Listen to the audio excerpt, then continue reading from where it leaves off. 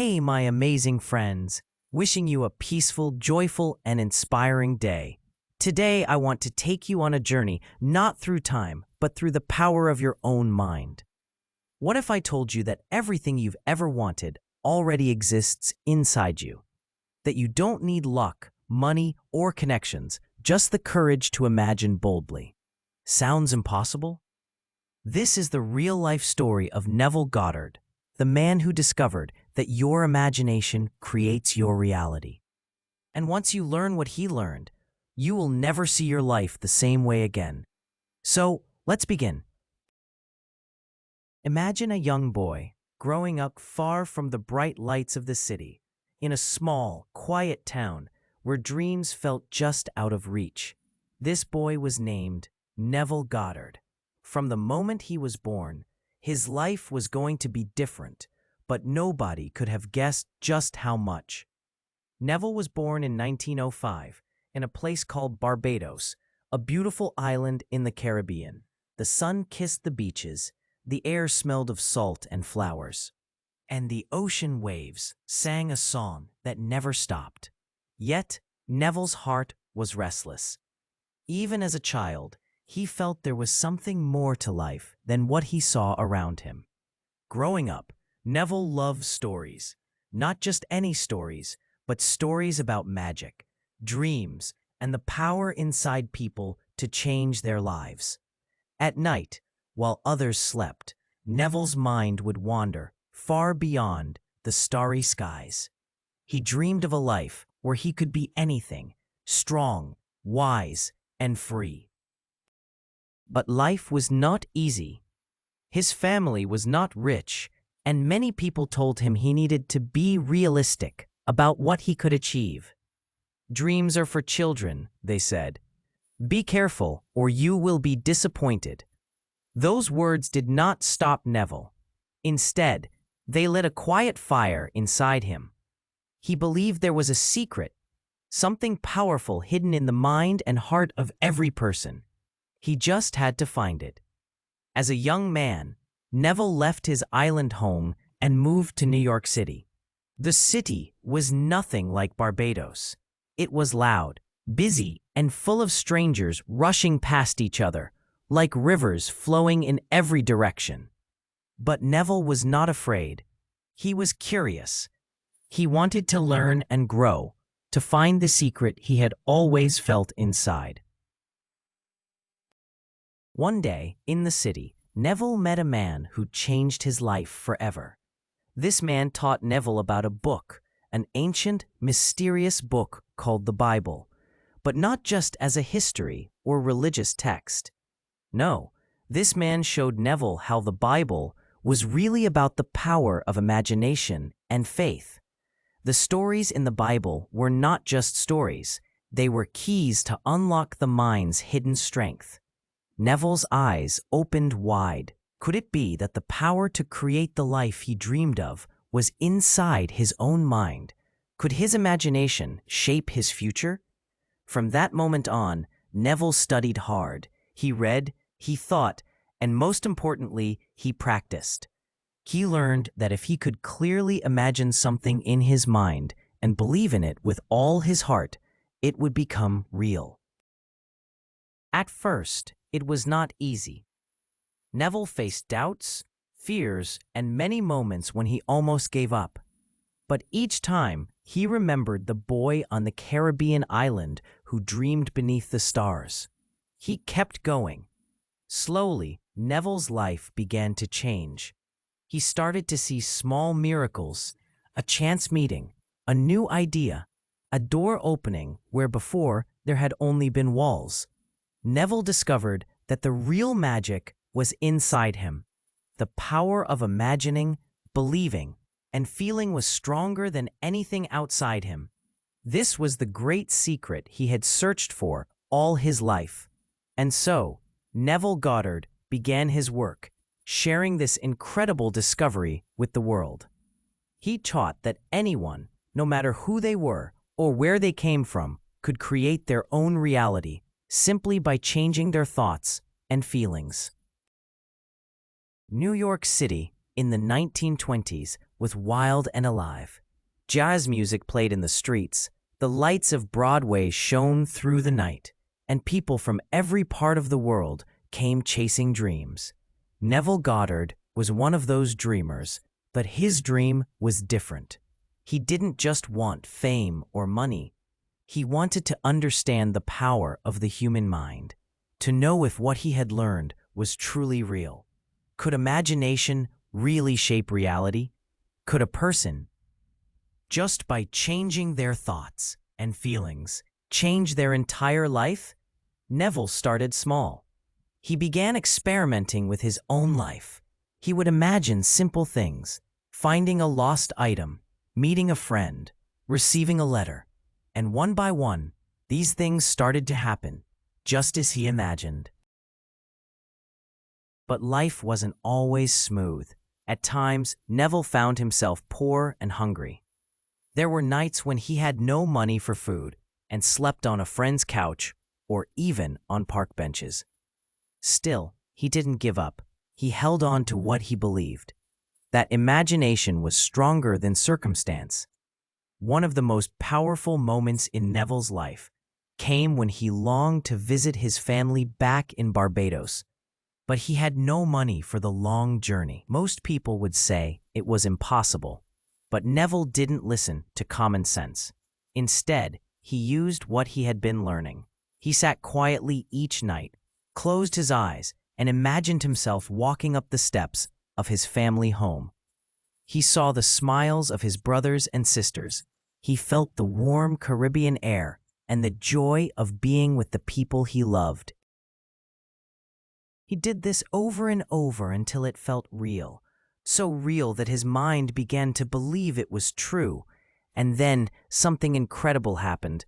Not long after, a letter arrived. Inside was a check, enough money for a boat ticket to Barbados. A friend had sent it without being asked, simply saying, "I felt you needed this." It was a turning point. Neville knew now that this power wasn't just a theory, it worked, and he would spend the rest of his life sharing it with the world. Soon, Neville began speaking publicly. At first, the rooms were small, just a handful of curious people. But his words were unlike anything they had heard before. He didn't speak about religion the way churches did. He spoke about you, about how you are more powerful than you think, that God wasn't just in heaven, but within your own imagination. People listened, and they felt something change inside. They began to believe in themselves. They wrote Neville letters, telling him how their lives had changed. A woman imagining herself healthy and becoming well. A man finding a job after imagining success each night before sleep. Families healing. Lives transforming. All through the quiet power of imagination. Neville taught that you must feel the wish fulfilled. Not just think it, but feel it with your whole heart. Don't wait for the world to change. Be the change. Live as if your dream has already come true, and the world will match your belief. He used the example of a seed. A tiny seed becomes a tree, not by magic, but by the natural process of growth. Your imagination is the seed. Your feeling is the water. Your belief is the sunlight. And with time, your dream becomes real. Neville's words began to spread. More people came to hear him speak. His lectures were filled with hope, love, and quiet power. He never shouted. He never demanded. He simply spoke with gentle certainty, reminding everyone that they were creators of their own world. But Neville didn't claim to be a guru or a master. He never asked for followers. In fact, he often said, "Don't listen to me, test it for yourself." That was the beauty of his message. It wasn't based on faith alone. It was something you could try, feel, and prove in your own life. And many did. Thousands of people wrote to him, attended his talks, and read his books. But even as he became more known, Neville remained humble. He saw himself not as a teacher above others, but as a friend walking beside them. Still, Some people doubted him. They said, "It's just coincidence," or "It's too simple to be true." But Neville didn't argue. He smiled and said, "Try it. Feel it real. You'll see." He believed that everyone had the power to change, no matter their past, their pain, or their problems. He believed that life was not happening to you. It was happening through you. To him, imagination was not just a tool. It was the doorway to God. He taught that God and your imagination were one and the same. When you imagine with love and faith, you are touching the divine. And so Neville's journey continued, from a curious boy in Barbados to a seeker in New York, from a hungry dreamer to a guide for thousands. But this was still just the middle of his story. By the 1940s, Neville Goddard had become more than a man with an idea. He was now a teacher, a speaker, and a writer with a quiet but growing following. But it hadn't come from fame or fortune. It came from something deeper, something people felt when they listened to him speak. There was a stillness in his voice, a warmth that wrapped around you like a soft blanket on a cold night. He didn't speak like a preacher. He didn't try to scare people into belief. He spoke with love, deep, honest love for the human soul. Neville believed that each of us is far more than flesh and blood. He believed that within us lives the same power that created the stars. That power is imagination, guided by feeling, not empty wishing, but a deep, living sense of being, the feeling of the wish fulfilled. In his lectures, Neville would often say, "Assume the feeling of the wish fulfilled and let it harden into fact." It wasn't about forcing anything. It wasn't about begging or praying in fear. It was about assuming, choosing to believe that what you want is already yours, and then living as though it is. His words were not always accepted by everyone. Some thought he was too bold. Others didn't like how he spoke of the Bible in new ways. He said the Bible was not just about people from the past, but about you, your journey, your growth, your awakening. He spoke of God not as a man in the sky, but as your own wonderful human imagination. It was a message that shook old ideas and gave birth to something new. For those with open hearts, it was a message of freedom. Neville began writing books. One of the first was Your Faith is Your Fortune, a powerful little book filled with his core ideas. Then came Feeling is the Secret, Awakened Imagination, The Power of Awareness, and many more. Each book was simple, but not shallow. Each one was written with love and clarity, offering readers a new way to live, a way built on faith, not in something outside them, but in something within. He taught that consciousness is the only reality, that the outer world is simply a reflection of your inner world. Change your thoughts, your beliefs, your assumptions, and the world will mirror that change. But Neville's life wasn't always easy. Even as he taught others to believe in miracles, he faced moments of darkness himself. There were times of loneliness, times when people mocked his ideas, times when he too had to remember his own words. He spoke often of a deep truth. You must die to the old man before the new man can be born. In other words, to become who you truly are, you must let go of who you used to be. That process isn't always gentle. It hurts to change. It hurts to grow. Neville went through this spiritual death many times. He let go of old ideas, old habits, even old versions of himself. And in doing so, he stepped more fully into the light of who he was meant to be. He also began speaking about a mysterious experience, something few dared to speak about. Neville said that one night, something strange and beautiful happened. He called it the promise. He said he had experienced a spiritual rebirth, not in some dramatic, loud way, but in a deep, sacred silence. He said he had awakened to the truth that God was not separate from man, but one with him. He described dreams and visions, ones where he was born from his own skull, where he met his heavenly child, where he saw the connection between all souls. These weren't dreams in the normal sense. To Neville, they were sacred experiences, revealing the truth behind the mask of life. He shared these stories with deep reverence, never to impress, but to invite others to awaken to their own promise.